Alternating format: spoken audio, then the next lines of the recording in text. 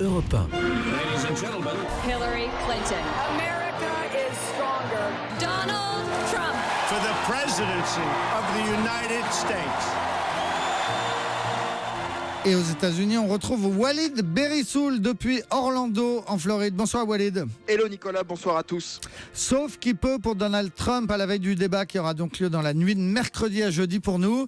Donald Trump n'arrive pas à rattraper son retard sur Hillary Clinton depuis l'affaire de la vidéo et la pluie d'accusations d'agression sexuelle. Voilà que Madame Trump, Melania, vole au secours de son mari. Elle est sortie de son silence hier soir sur CNN. Ah oui, une belle interview confession accordée à la vedette de CNN Anderson Cooper où l'ancien mannequin qui a 24 ans de moins que son mari essaye de l'aider à reconquérir cet électorat féminin indispensable pour s'installer à la Maison Blanche, mais chez qui Trump fait des scores catastrophiques, notamment depuis les accusations d'agression sexuelle qui ont suivi la fameuse vidéo au langage obscène de Trump. Cette vidéo, Melania Trump en reparle et voici ce qu'elle a trouvé pour défendre son mari.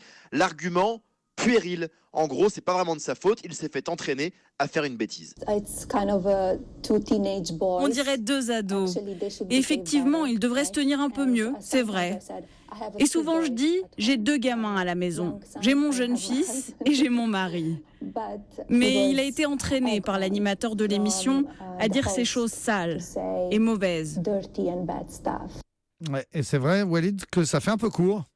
Oui, et c'est pas la première fois que l'équipe Trump joue la carte Melania et que ça ne se passe pas très bien. Si Madame Trump était restée silencieuse quasiment toute la campagne, eh bien c'est parce qu'il y a 3 mois, elle s'était un peu humiliée aux yeux de la presse américaine. Discours pendant l'investiture de son mari à la convention républicaine, elle vous parle de valeurs, de l'importance du travail transmise par ses parents. C'était beau à entendre, sauf que c'était du quasi copier-coller avec le discours de Michelle Obama dans le même exercice quand Barack avait été investi candidat par les démocrates en 2008. Et pendant ce temps-là, côté business, la marque Trump risque d'avoir du plomb dans l'aile. Alors écoutez, à en croire le New York Times, c'est une menace silencieuse mais bien réelle, le boycott des produits estampillés Trump. Ça n'est pas un mouvement organisé, mais le quotidien a interviewé plusieurs clients, tous choqués par l'attitude et les propos du Donald. Ça va de la bande de riches golfeurs qui annulent leur séjour dans un club Trump aux réservations de chambres d'hôtel et de restaurants annulées. Et puis Trump, c'est aussi une marque de vêtements. On trouve des cravates Trump à $60. Une cliente afro-américaine raconte avoir acheté une robe griffée Trump qui lui allait très bien, mais qu'elle a été se faire rembourser après ses propos sur les Noirs. Un autre, enseignant à Philadelphie, a entendu le discours de Trump sur les emplois qui quittent l'Amérique. Il a regardé l'étiquette de sa chemise Trump, Made in Indonesia.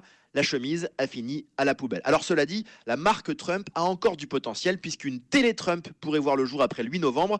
Des discussions à haut niveau sont en cours, nous apprend le Financial Times.